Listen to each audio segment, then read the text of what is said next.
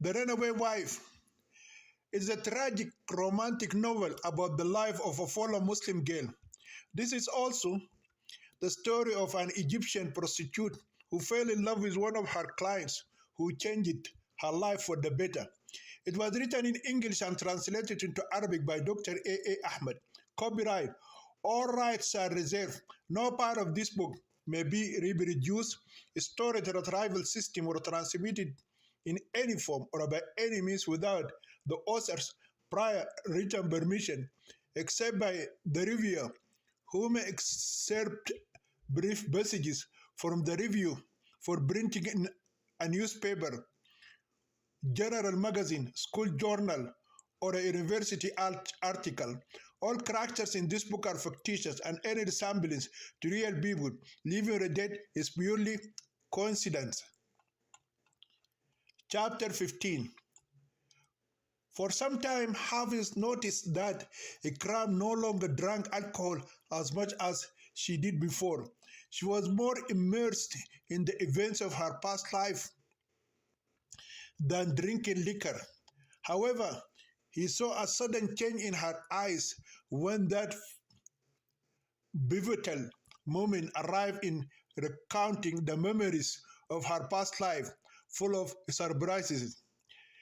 She took the bottle from his hand and filled her glass until the drink spilled out all over her body and the bed. The boyfriend said, "Be careful, my love. You are spilling the alcohol on your body." The girlfriend said, "I'm sorry, my dear. I'm sorry that I was born a woman. I wish that God had created me as an animal instead of a human female, lacking in religion and intellect. That would be much better for me than being born a woman, because animals have more freedom in this country than women. A woman who does not have a guardian muhram like a father or a brother to accompany her, or a husband to protect her, will be vulnerable to sexual harassment and abuse wherever she goes.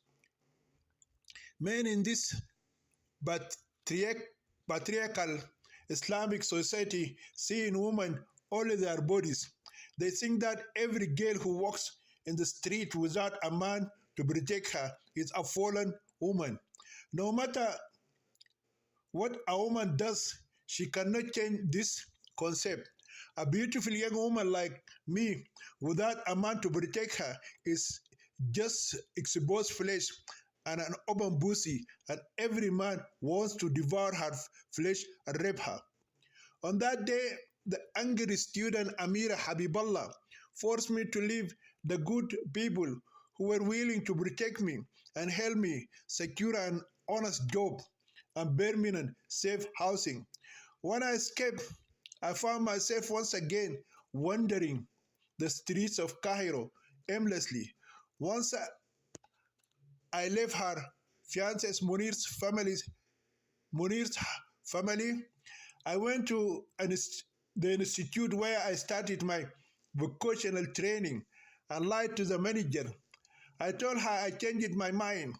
She believed me and returned what I paid for my training in typing and writing. I felt a bit safe with that little money. I decided to go to the police officer and accept his offer to help me find housing. At least he was a man of the law, and he might not do any more harm to me, my character, as a homeless woman than those men on the streets. But when I remember his hidden lustful intention, I dropped the idea. I was hoping a better solution would come from somewhere. I spent most of that day looking for safe shelter, but found nothing. One night came. I decided to spend it in a hotel. I knew that most hotels are not allowed by law to take in for a single girl if she does not have husband or a father with her. Plus, good hotels charge more money, so I had to spend the night in a cheap motel. I found a small motel that allowed me to rent a room and stay without a male companion. I regretted taking such a foolish step. Every man in that inn thought I was a whore. From the janitor to the manager, everyone wanted it to make a sexual deal with me. Some guests used the housekeeping workers as an intermediary to contact me. Every now and then, someone would knock on my room door. I did not sleep that night for fear that someone would attack me while I was sleeping. I only felt relief when the sun rose. Then I had the opportunity to sleep until noon. When I left the hotel, I went to the main market to look for honest work. This time, I found a job as a waitress in a nice restaurant. The manager was happy that I agreed to work with him. He did not have a girl working in his restaurant. He told me that he had hired a Cuban girls before, but they stole money from him, so he fired them. I did not tell him about the problem of my lack of residency. His words and actions revealed to me that he wanted it to get closer to me sexually from day one. I did everything I could to make him realize that I wasn't the kind of woman he was thinking about. I worked with him until 9:30 at night. As soon as I left the restaurant, I was faced with the problem of my stay. Before I could think where to go, I saw the manager walking out of the restaurant. He approached me, smiling, and said, "You didn't even tell me where you live. I hope you don't mind, sir, if I don't tell you where I live. My parents don't want any man to visit my house." "This is not a problem at all. We can go to a hotel. I will pay the hotel price for one night, and if you want to stay longer, I can cover that as well. I will lie to the hotel management that you are my wife and I'm your husband.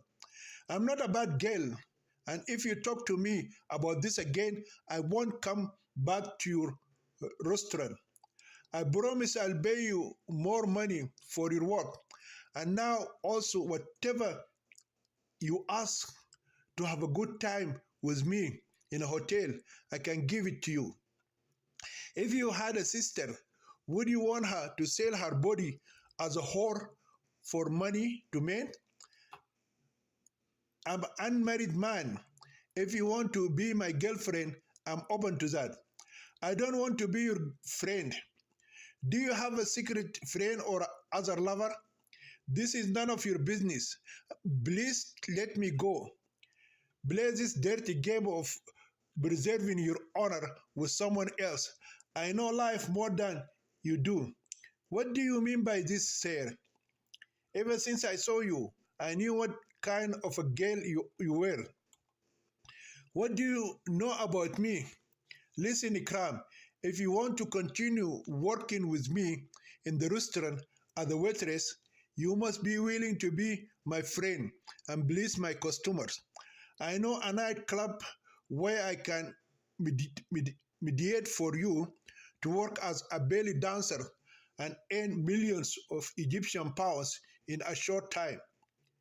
Then go and get your sister to do it for your customers and dance for them at your ability in a nightclub where she's almost naked. I'm not the kind of girl who would sell her thighs to men for money. You are a slut and also shameless. If you don't let go of me, I will call the police to arrest you." The manager looked at me angrily and then spat on the floor. I looked him back in the face without fear. Then he turned his back and returned to his restaurant. That night I had to go back to the Ferris house where the drunkard man tried to rape me, but I screamed and called the neighbors on him, and he was beaten and sent to prison. He was the uncle of my classmate Asia, who advised me to go to Cairo and stay with him. His wife closed the door in my face and threatened to call the police if I went near her house again. I stood for a moment, staring at that door as if it were an iron wall. I didn't know what to do or where to go. The most dangerous time for a homeless girl is night. No girl in any Arab or Muslim country will walk the streets at night alone. I was forced to leave the confines of that family's home only when the woman reappeared and repeated her threat to call the cops on me. I walked aimlessly for some time. I didn't know where I was going until I noticed the steps of two men following me. They were about to grab me from behind. I had to run to try to escape from them. They chased me as if I were one of the daughters of their relatives who wanted it to arrest her. I screamed as loud as I could for help. My screams made them turn back and run away. My shouting sound caught the attention of a police patrol car. "Young lady, where are you going this late at night?" a policewoman asked me in a harsh, man-like voice. "To my house, ma'am." "Where's your house?" "It is somewhere in this town." "Come with us. We cannot let you walk the streets alone at night." "Thank you, ma'am. I know how to get home." "You are a homeless girl. We have been following you for an hour." "I live with my uncle. I quarreled with his wife and left their house in anger. I can now return to them myself after my righteous anger has subsided. We have already arrested two homeless girls working in your night profession. Come with us too." "I will not come with you, ma'am." When I said those words, I turned my face and started to walk away from the police car. The policewoman ran after me and grabbed my hand. Then she started forcefully dragging me towards the car. I resisted for a while. "If you don't release my hand, I will scream and call people." "Go ahead and scream as loud as you can." I screamed and bit the policewoman's hand. She didn't care about my efforts to release myself. She dragged me like an animal and threw me into her police car. I found in the police wagon two Asuban girls who were handicapped and tied to a chain on two seats. That night we were detained and then charged with disguised prostitution and brawling at night. I spent a week in prison before I was sentenced to 40 lashes and released. Although the prison was the dirtiest place I had ever been, it was safer than the streets. During my short stay in prison, I learned that I no longer had a place in society. Before that day, I was trying to hold on to something that no longer belonged to me. I realized that I was doomed to live the rest of my life like these whores and criminals. Society always looks at me as a prostitute girl like them. I had no choice but to follow their lifestyle, which was the world of crime and prostitution. Since I was caught red-handed while engaging in blackmailing sexual relations with the witch Dr. Faki Muhammad, I have lost my standing in society and became a treacherous, adulterous wife. I have become a homeless and fallen woman. I lost my protection and became like an open vagina for every man who sees me wherever I go. I came out of prison a different person. I decided not to fool myself anymore. The first man I went to was the police officer who suggested finding me safe housing. I expected that he might help me without causing great harm to my character as a helpless young woman. He was very happy to see me, agreed to give him what he wanted it from me if he helped me find a safe shelter and a decent work. He gladly accepted the secret sex deal and promised to always help and protect me. He kept me in his office until he finished his shift. It was late in the evening when we left the office. He drove me in his police car. He was still wearing his police uniform. I thought he would take me to his house and keep me with his family until he found a safe place for me. He led me outside the city to a place I did not know. When we got there, he pulled out a bottle of foreign-made whiskey from his car and invited me to drink with him. But I refused to drink with him and told him that I had never drank alcohol in my life. He drank some of that alcohol very quickly. Then he started sexually preying on me. This was the first time I had willingly allowed a man to fuck me. It was a humiliating experience for a girl of the same social standing as me. I did not hate him alone, but I hated everyone who led me to that shameful life. I cried silently as he drunkenly abused my body. When he got when we got back to town, it was very late in the middle of the night. He booked me a hotel room and promised me that he would come in the morning. It was a good hotel. Although no one bothered me, my conscience would not allow me to sleep until sunrise. That police officer promised me that he would arrange a safe place for me to stay the next day. He did not appear until late in the evening of the said day. He told me that due to his busy schedule, he could not arrange my stay yet. He also slept with me that night in the hotel room, and of course, after drinking some liquor. Early in the morning, he paid for my meals and room and left. He came on the first day with the same excuse and also fucked me as usual with a bottle of whiskey.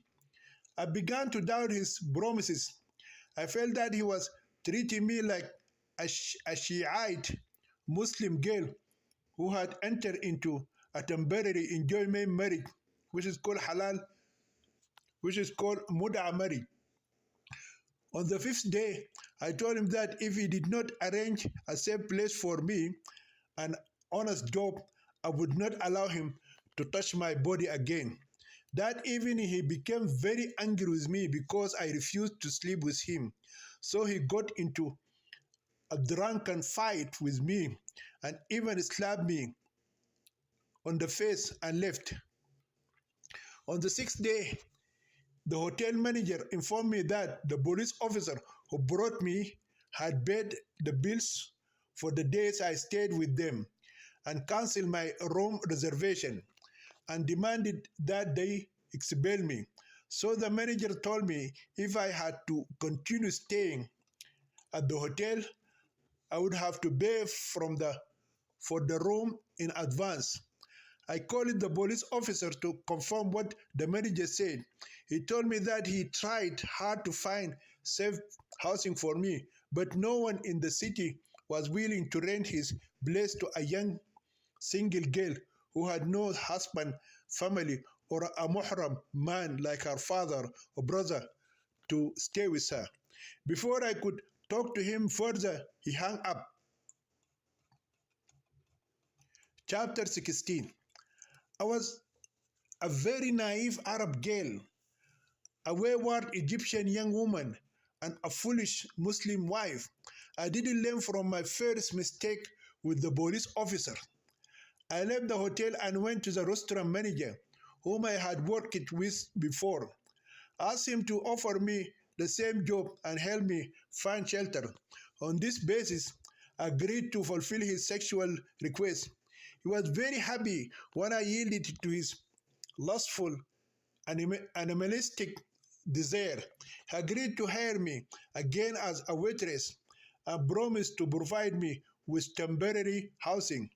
He told me that he couldn't take me to his house because he lived with his mother and two sisters.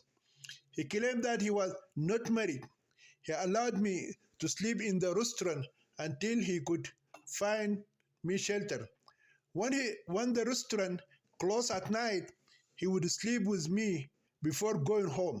I became a maid servant during the day and a sex slave at night. I worked for a week in that restaurant. Every night, when the other workers left, the manager would spend time having sex with me without paying for inserting his cock into my pussy like a street prostitute usually charges. He treated me like a slave or his right-hand possession Jaria who worked for him during the day and gave him her body at night. As the only female worker in that restaurant, my workload increased every day. All the male customers want to be served by no one but me. When the day was over, I fell asleep like a dead person. Sometimes I would fall asleep while the manager was fucking my numb body. I felt like a bear in a trap from which I could not do anything to free myself. One night while I was sleeping alone in the restaurant, I was awakened by a hard shoe kick on my back. I woke up terrified and screaming. When I looked up, I saw an old man and a young woman in her late 30s standing in front of me like two demons. Their eyes showed indescribable anger. I was terrified when I saw that they might be ghosts. My fear arose from the fact that the doors were securely closed from within, and then humans could not walk in unless they were burglars, broke in, or a kind of a satanic manifestation of a sort. "You dirty whore!" the woman screamed. She continued, "This is a restaurant for eating and drinking, not a brothel for sex." I could not respond to her words. I couldn't figure out who they were and what they wanted it from me. I was forced to my feet when the woman kicked me again. "Why did you kick me?" I wondered as I cried. The woman answered my question with a slap on my face. "Who are you two?" I asked them with a confused mind. The old man replied while his mouth was foaming like a raging camel. "We are the owners of this restaurant." From his long beard and the prayer beads in his right hand, I knew he was a deeply religious man. The old man continued, "You dirty whore, you have defiled our restaurant with your dirty, adulterous actions with the manager. We know what you do every night with the manager of this place," the woman said. I remained silent when they confronted me about my adultery with my boss. When I could not deny their accusations, they insulted me with very bad words. That is also why I couldn't defend myself. The woman asked me to leave the restaurant before she called the cops and sent me behind the bulls. Sent me behind bars. I begged them to let me stay until the morning. The woman grabbed my hand and started bullying me toward the door.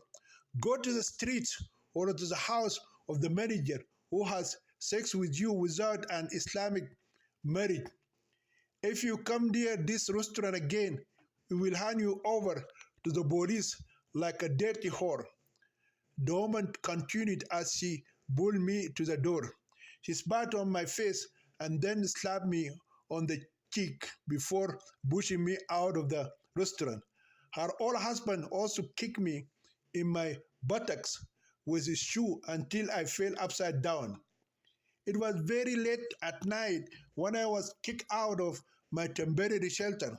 Once again, I was faced with the harsh reality of my dire situation. I foolishly believed that by letting these two selfish men, the police officer and the restaurant manager, get what they wanted it from my body, my problem would be solved. It turns out that I had only surrendered what I cherished as a very precious honor, which was my chastity and dignity, but caught the wind in return. The, the same thing will happen to me every time I look for help from the wrong people. It was a very cold night and winter was so much cold.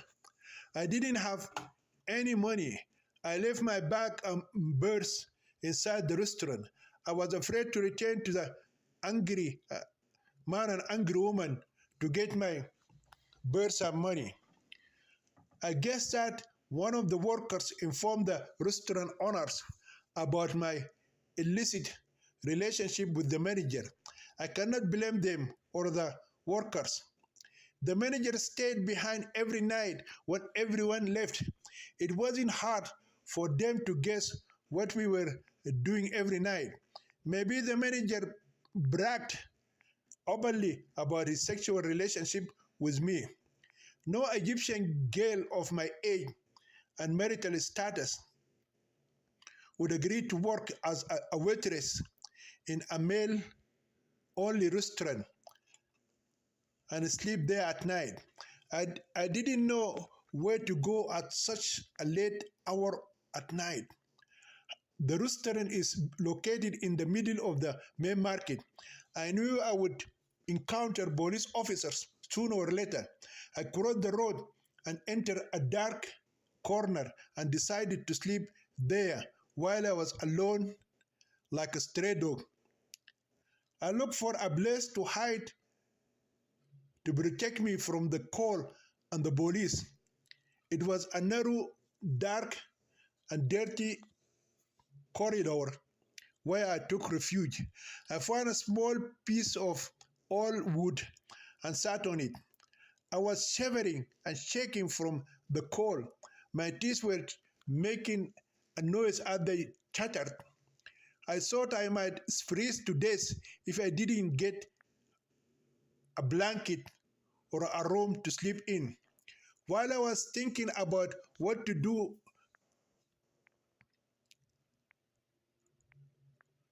concerning the extreme cold, I felt footsteps approaching me.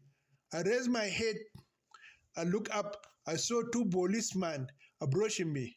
My first reaction was to get up and run away from them before they caught me, but they were too close for me to escape from them. I managed to get back on my feet.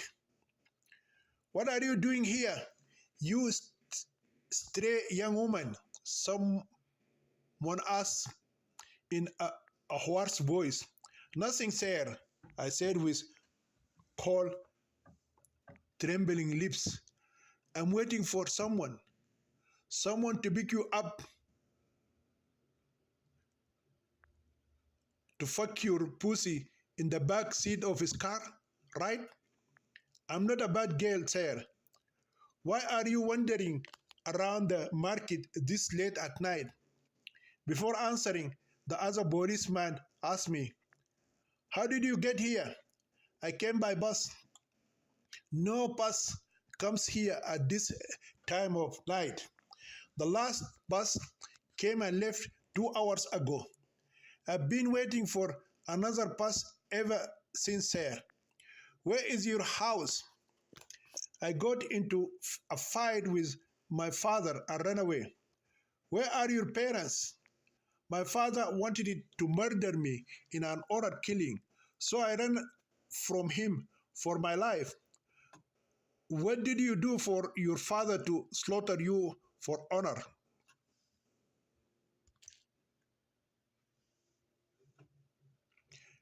He accused me of having a love affair with my neighbor. Then come with us. We have a nice hotel for you to spend the rest of the night there. Thank you, sir. I don't want to go to any hotel. You have no choice. You have to come with us to the prison because you are now under arrest. When the policeman said those words, he approached me and tried to grab my hand. Don't touch me, sir. If you put your hand on me, I will scream and call people. Come with us before we use force. I said I will not go with you, and if you touch me again, I will scream and tell people that even though you are policemen, you want to gang rape me. My threat forced the policeman to withdraw his hand. Yet he kept looking at me as if I was a dangerous criminal, threatening to kill him if he approached me. Hey, policeman Hassan, please call the police officer, Miss Mariam. The same officer said while still looking at me with fear, as if I were pulling a gun in his face. The other cop used his radio and spoke to someone. In less than 10 minutes, a huge policewoman arrived in her jeep. She was the same policewoman who arrested me the night before. This is the same prostitute I caught before, the officer said as she jumped out of her car. I think this homeless girl doesn't know how to run this prostitution business. No smart street bitch would get arrested twice in less than a month. Please, ma'am, don't call me a street prostitute. I come from an honorable family. Then what are you? Are you the angel of the night, fancy, or a fairy genie who came out of the Nile River? I have a problem with my father, ma'am. What kind of problem do you have? Lack of sleep or enjoying the cold weather on the streets at night? I ran away from home. You have to tell this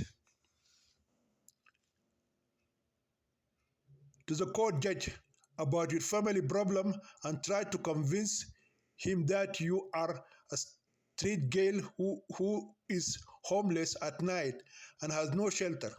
And yet you are not a perverted young woman or a prostitute. Chapter 17. On that cold winter night, I was arrested again and thrown behind bars. Prison was better for me than freezing from the bitter cold and dying like a homeless, fondling child in the streets. I appeared before the same judge who tried me the first time. This time, he became incredibly angry with me. He sentenced me to 3 months in prison with a final warning. He told me that if I was brought before his court again, he would imprison me for many years. While I was serving my sentence in prison, I discovered that something terrible had happened to me. I discovered that I was pregnant with an illegitimate child. For the third time, either the police officer or the restaurant manager impregnated me. I did not know what to do with my illegal pregnancy. I let my life continue inside prison without any direction or a plan. However, in the last months of my imprisonment, I met a beautiful young girl who changed the course of my life forever. She was also an Arab girl. She was arrested for fighting and fatally beating another girl. She broke her hand while blinding the other girl's eye.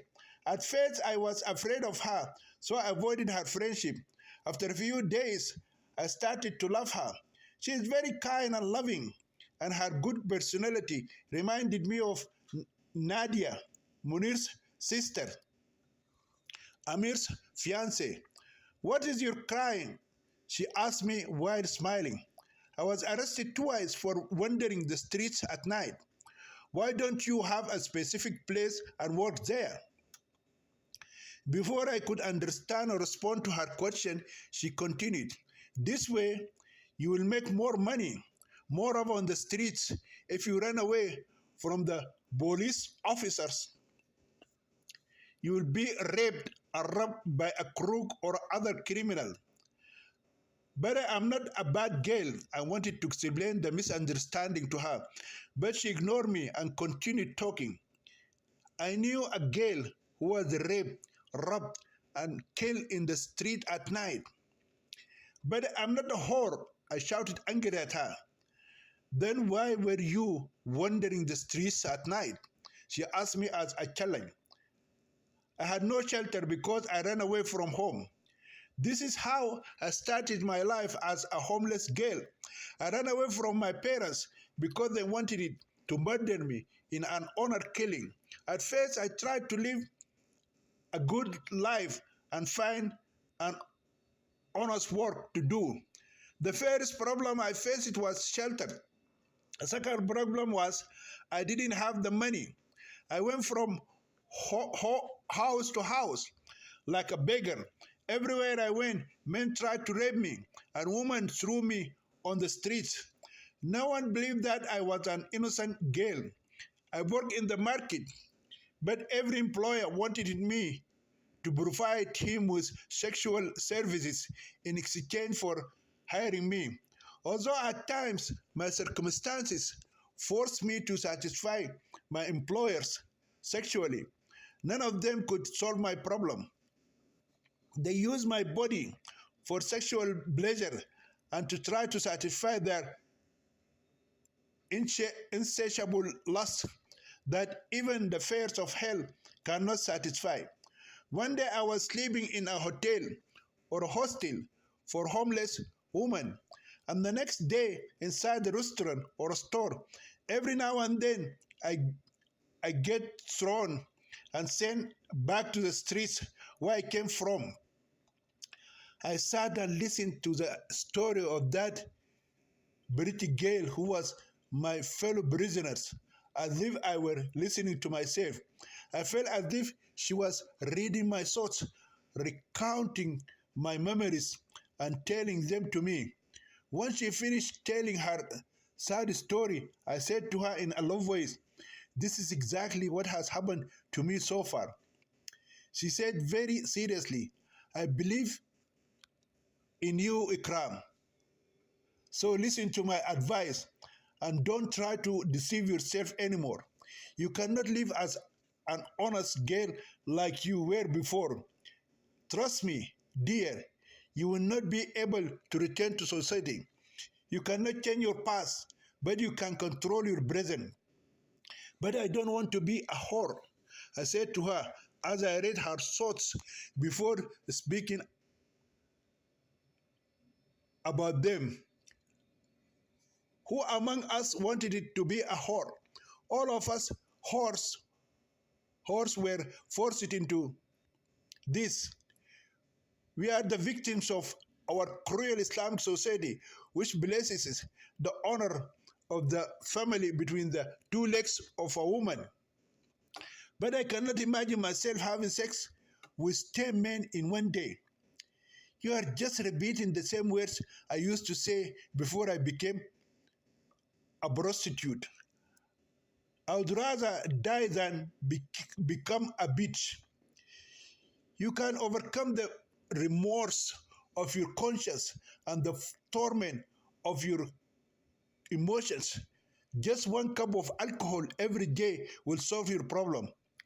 Drinking alcohol, this is the only thing an Arab girl will not do. This is what I thought before.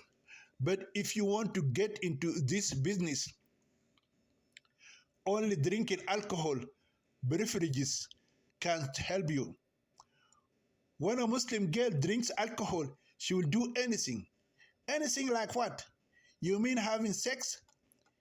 Sex is one of the other ugly things that a drunk Arab girl may do. She also sells alcohol and drugs and smokes cigarettes. So what? Every man in this country smokes cigarettes, drinks alcohol, and goes to whore houses. Who condemns or punishes him? No one, I said. Sadly, I said. Then why would it be wrong for a girl to do it? But he is a man. He will not bring shame to his family. Who does an adulterous man commit adultery with? Of course, with an adulterous girl like him. But the adulterous girl is a bad and fallen woman. Who made her a bad and a fallen woman from society? She waited for me to respond to her challenge. I just stared at her and waited for her next comment. Believe me, dear Ikram, before God, the adulterer and the adulteress are equal in sin. The Holy Quran said, the adulteress and the adulterer flog each of them with 100 lashes, and let no compassion take you for them in the religion of God if you believe in Allah and His day. And let a group of believers witness their torment. Surah An-Nur 25 verse 2. But the Islamic community holds the girl responsible because she represents the honor of the family. You know, my friend Ikram, our neighbor's son deceived me with his false love. He raped me in his room when there was no one in the house except the two of us and God alone. So he impregnated me against my will, and I became pregnant with an illegitimate baby. Everyone in the neighborhood where I lived knew that he was the one who raped me and impregnated me. However, I was the only one who was blamed. He denied everything when he was questioned by some of our neighbors. My family wanted it to kill me when they found out that I was pregnant with an illegitimate child out of the Islamic marriage bond. So I had to run for my life. My rapist stayed at home and married another girl. I brought shame to my family, but not him. Is this justice? But we cannot change society. We cannot change our past either. But we, the girls who are victims fleeing honor killings, can change our present. Anyway, I got out of prison after 3 months with another burden. I was carrying in my womb an illegitimate child of unknown parentage. I did not know who his or her father was. How do I know that the child inside me belongs to the evil police officer or the lustful restaurant manager? Even if I knew who the biological father of my child was, I would not be able to convince his father to take care of me until I give birth to his child. I could not abort the fetus because abortion is a crime punishable by law in Egypt. If I go to any doctor or a midwife, they will report me to the police. Despite this, I went to an Egyptian female doctor's clinic and she bailed me. She told me that if I returned it to her, she would call the morality police officers and hand me over to them. So I had no choice but to carry the burden of my pregnancy until the time I gave birth. When and where I was going to give birth to my child, to my said illegitimate baby, I had no idea. I had to live with my fetus until one day, somewhere I could give birth to it. It may have been born in the street or in prison. I may also die before giving birth to my said haram child, whom I conceived illegally.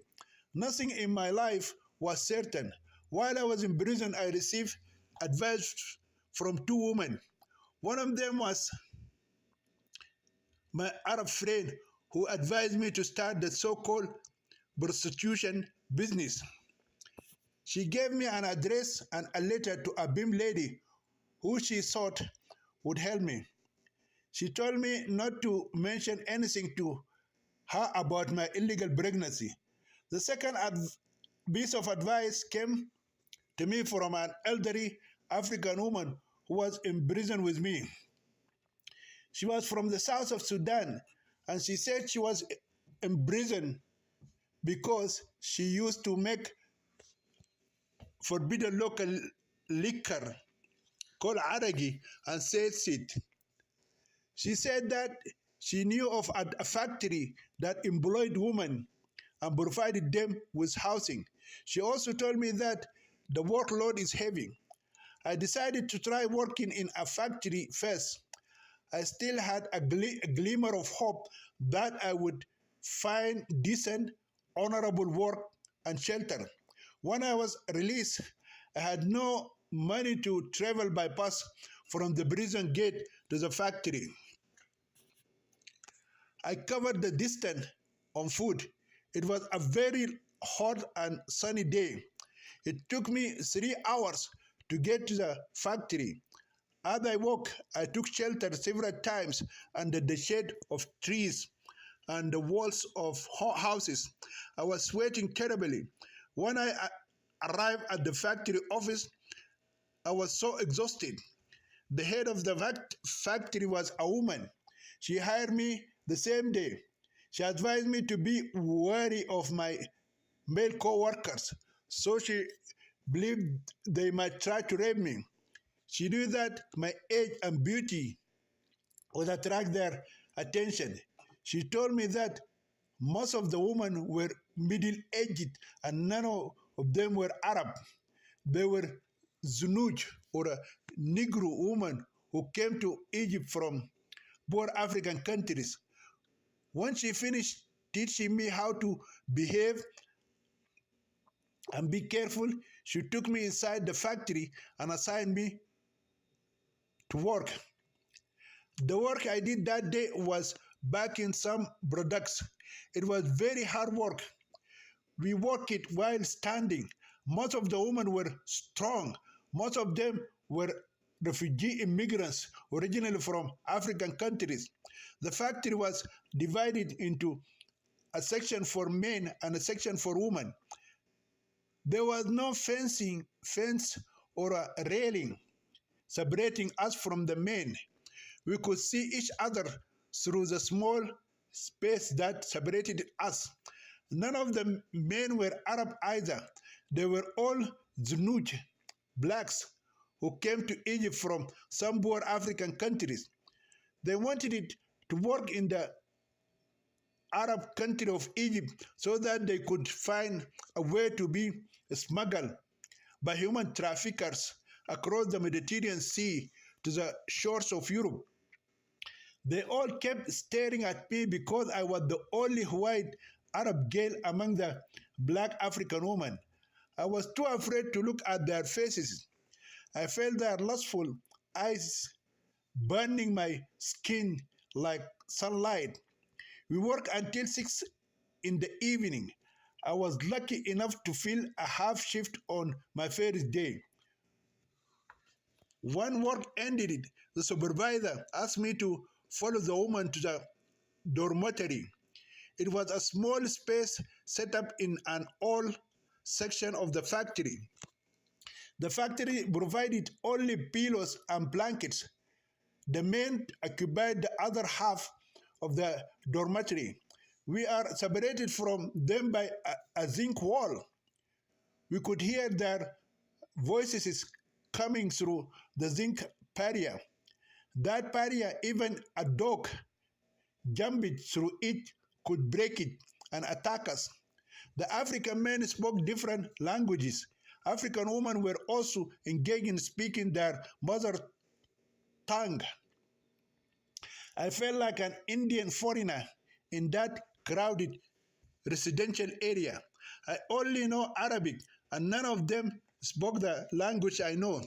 A few of them, such as the Sudanese and Mauritanian woman, spoke broken Arabic, which was difficult for me to understand. I was afraid to be alone anywhere in the factory, even for a minute. I was very tired and exhausted from the hard work, a long standing on my feet, and the long distance I covered walking on foot. I didn't bother eating dinner. I was satisfied with the small snack I had during the break, which was fava beans and a loaf of bread.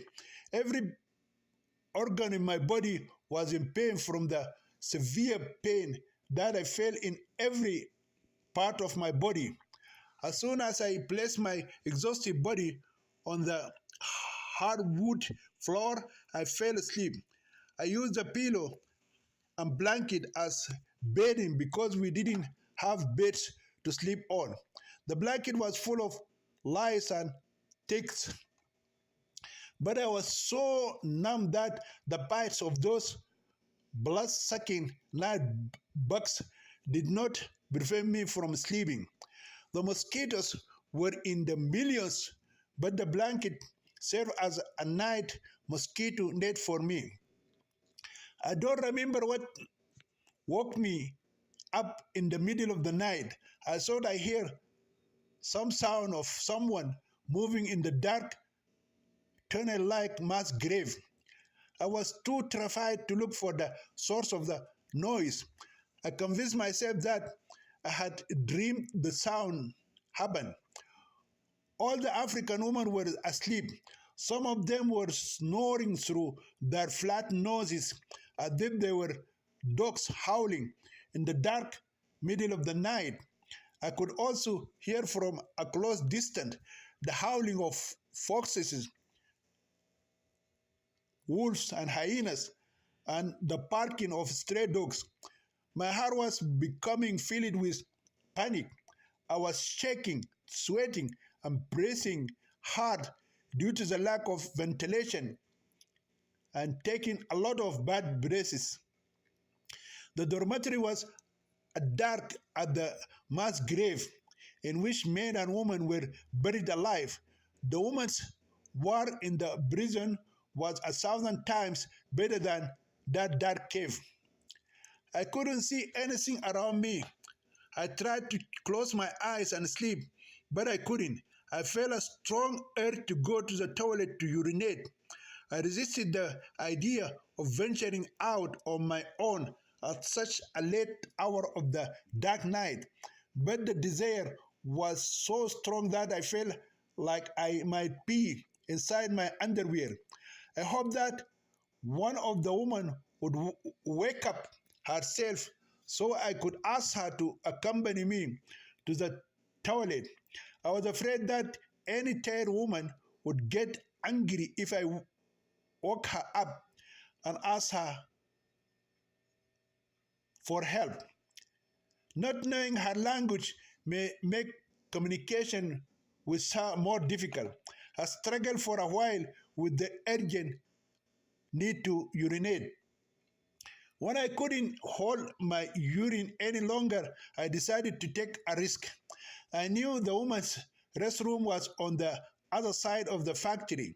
It was connected to the men's toilet.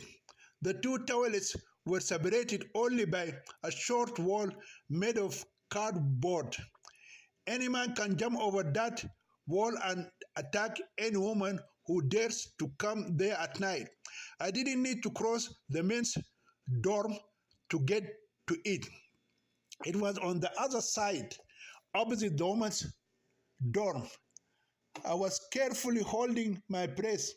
I didn't want to make any sound to alert the others sleeping in the cave about my movement. The toilet was dark outside.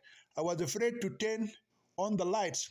I knew that if any man saw me going to the toilet, he might come after me.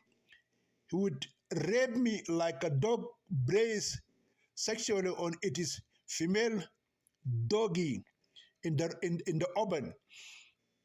I rushed to the woman's toilet and decided to quickly urinate and get out. When I reached it, I hesitated to enter. The light was off inside too. I was afraid I would trip over something and fall and hurt my face. I quickly turned on the light and turned it off. I saw my way inside the small toilet. I went in, and in a short time I urinated and came out. Half of the urine half of the urine dripped onto the floor and the other half into the urinal.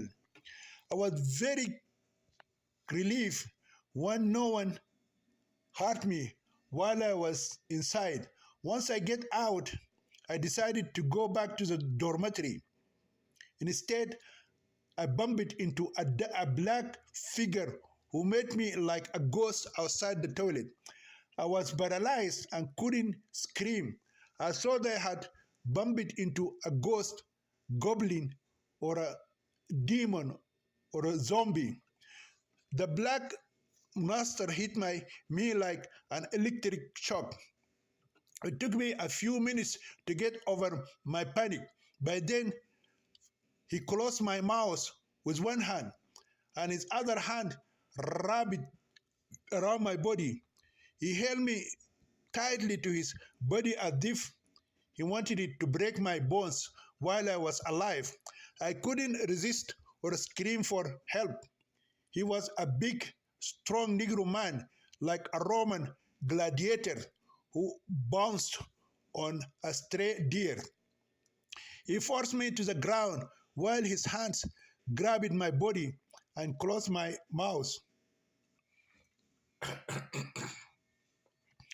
With unspeakable force, he started raping me. He tore all my clothes, including my little swimsuit-like underwear and my bra. His nails scratched my tender flesh like the claws of a hawk that bounced on a small bird. I struggled under his heavy weight. His hand was covering my mouth securely. I suffocated it and crashed under his huge body as if I were a child who had fallen helpless prey to a crocodile. While he was raping me violently, I felt his huge penis inserted into my pussy like a bazooka stick that jumps into my anus and emerges forcibly on the other side of my mouth. I lost consciousness and became like a lifeless corpse lying outside the woman's toilet all night. I didn't know what happened to me after that. I remained in a comatose state in the hospital for several days. I could not open my eyes and come out of my long coma that lasted for a week. Through the hospital staff of doctors and nurses, I was told that I had been brutally raped and severely beaten by one of my male co-workers at the factory. Some of the female Negro workers from the factory visited me in the hospital. I learned from them that an African woman found my unconscious body near the woman's toilet early in the morning. She screamed and woke up all the other workers. They all came there and surrounded my unconscious body. None of them dared to touch my lifeless body. My clothes were torn. My body was naked, and blood was still pouring from my genitals. The factory management immediately called the police. It took more than 2 hours for police officers to arrive at the crime scene. The factory is located on the outskirts of Cairo City. All that time, my body remained lying there. There was no doctor or a nurse at the factory to give me first aid treatment. Most of the women concluded that I had been raped and murdered at night. The African workers saw that the beautiful Egyptian girl had been kidnapped from the woman's dormitory while everyone was sleeping. While my health was recovering in the hospital's woman's ward from the blatant attack and violent rape, I remember what my Arab girlfriend, who was an inmate in prison, had said to me when we were in prison. So listen to my advice, my dear Ikram, and don't try to deceive yourself anymore. Believe me, Ikram, you will not be able to return to society and find your status and respect as you had it before you escaped from honor killing at the hand of your angry husband who framed you with the blackmailer while he was hugging you, kissing your lips, and squeezing your bare breast in his house, a room. You cannot change your painful past, but you can control your present.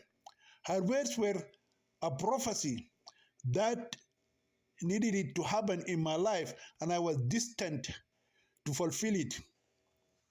The Egyptian girl Ikram Salah, who was subjected to horrific abuse, tried to speak more while telling her tragic story to her boyfriend Hafiz Amin, but her words were interrupted by the heartbreaking, painful memories. She burst into tears because she knew then that she had lost the most precious things in her life, which was her honor. Her lover hugged her tightly. His tender touches made her bury her head in his chest and continued crying. Her boyfriend started crying loudly as well. The two friends cried like a couple who lost their two children, who were the livers of their bodies walking on the ground. Chapter 18. After getting extremely drunk the next day, Ikram resumed telling her tragic story. Hafiz was also forced, due to the sad story of his beloved girlfriend, to drink alcohol beyond his usual limits. The two lovers went to bed very late the night before. When they woke up in the late afternoon, they started their day by drinking the Abyssinian Anisha whiskey. They drank strong liquor and smoked cigarettes in silence. Hafiz did not want his beautiful friend Ikram to rush into telling the rest of her sad story. He felt that she had lived the most painful and abusive life an Egyptian girl could ever live. He began to hate every evil, guilty man who contributed to her tragedy. He bitterly hates her husband, At-Tayyib Saleh, the witch doctor, Faki Mahmoud, the evil police officers, the manager of the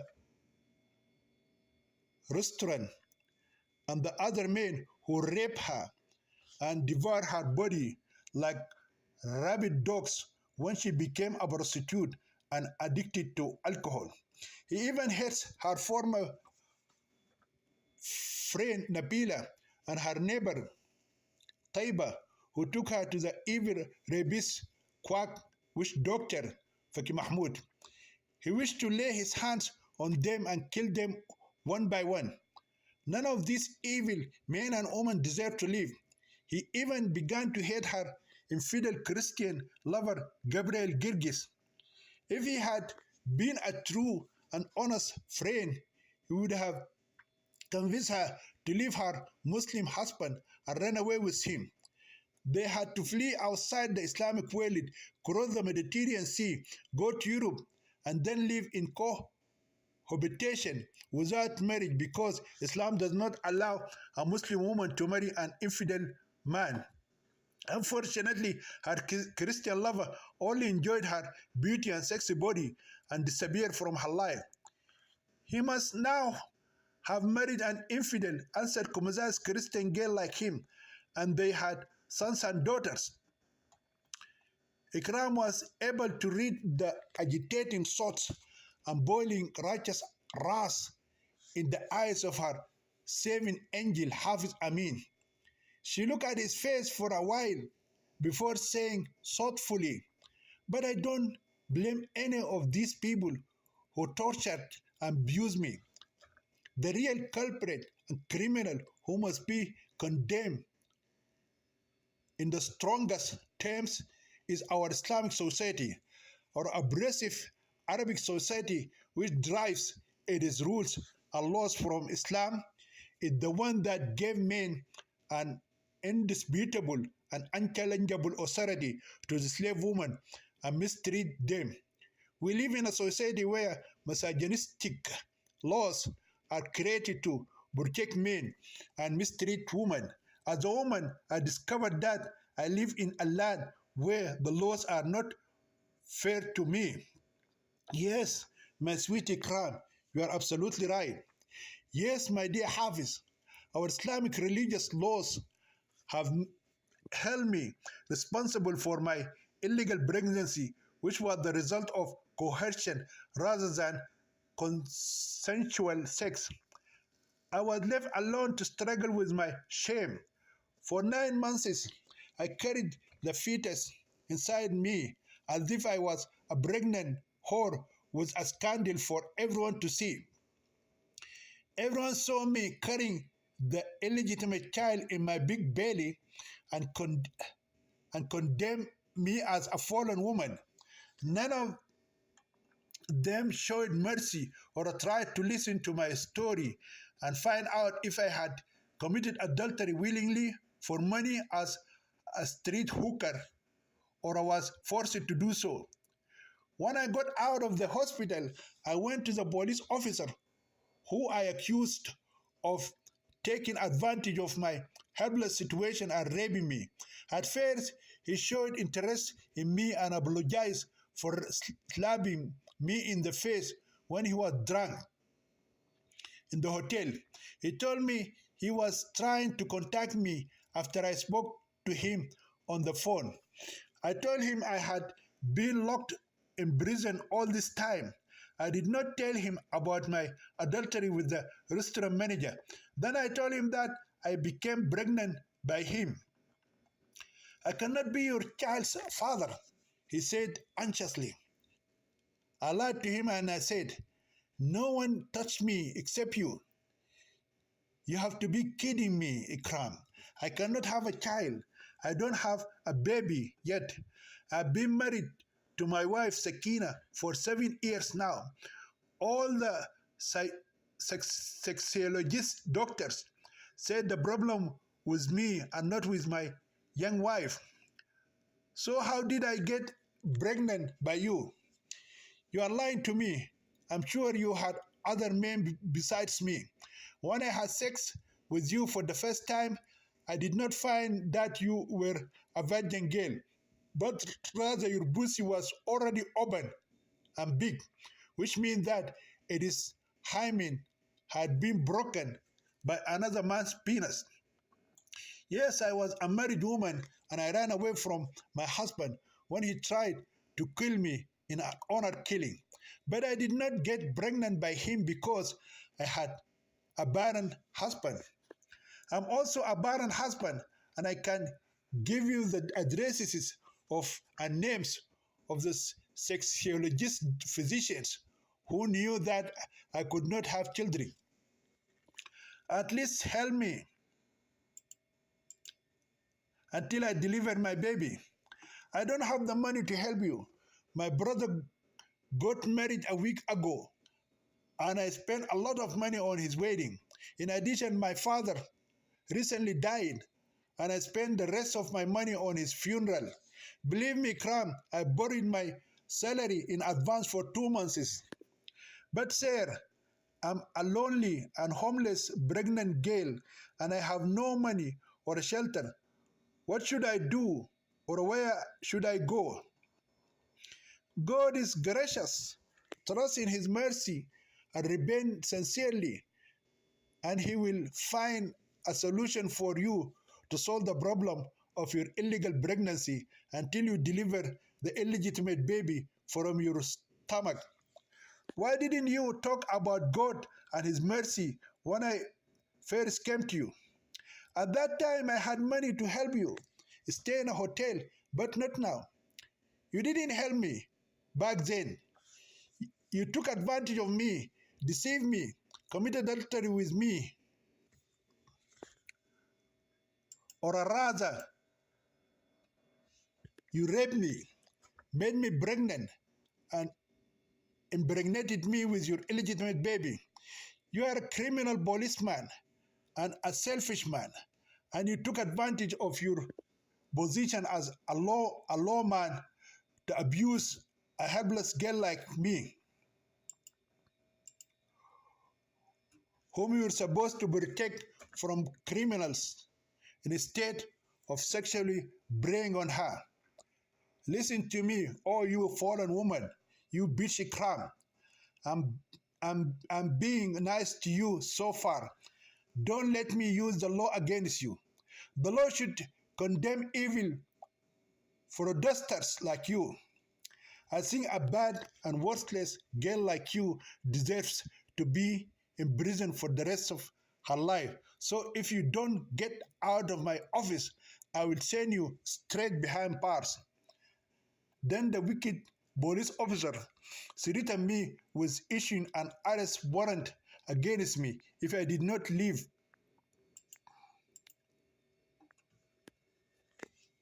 from front of his face and never return to his office again. I was not afraid of his threats, but I remembered the warnings of the criminal court judge who threatened to imprison me for many years if I appeared in his court a third time. When the cowardly police officers kicked me out of his office, I went to the restaurant to look for the other man who had committed adultery and betrayed me.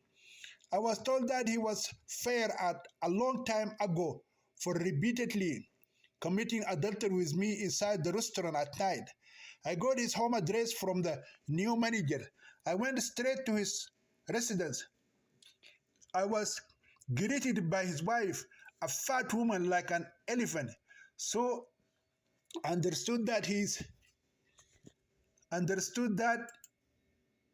he was married and had 3 children, but he lied to me that he was a single man and not married yet. I learned from his obese wife that he is out of the house because he's still at work. His wife was not happy to see me. I told her that I worked with your husband when he was a restaurant manager. She asked me to come another day if I had something important to discuss with her man. I told her that I lived very far away, so I could not come back again. She reluctantly took me inside her house. I did not know what her husband would say when he saw me in his house with his wife and children. Regardless of what he would say, I decided to confront the bad man who committed adultery with me about my illegal pregnancy. When he came home, he was surprised to see me sitting in his living room. I saw that he started sweating and shaking before I could talk to him. His wife guessed that I had a hidden business such as drug trafficking or a secret sexual relationship with her husband. She was the one who confronted him first. Why did you become afraid when you saw this girl? His fat wife asked him, her mouth foaming like like a she-camel. No, my lady, I'm not afraid to see her, but I was surprised to find her in my house. She's the girl who made me lose my previous luck lucrative job at Sheikh Al Zughbi restaurant. The restaurant owners falsely and without evidence accused me of having a love affair with her. She was homeless and had no housing, so I allowed her to sleep at night inside the restaurant until she could find an accommodation. Unfortunately, she was a street prostitute and brought some clients to commit adultery with her at night inside the restaurant in exchange for money.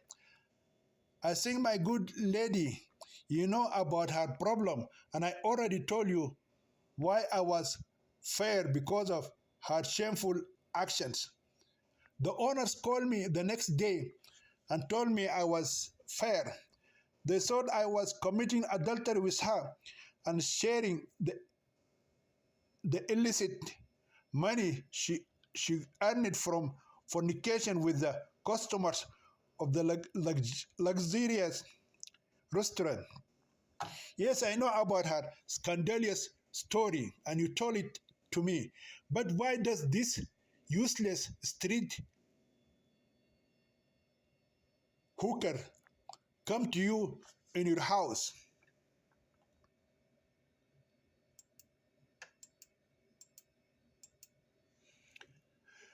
Does she want to have sex with you in our backyard or inside our dirty toilet?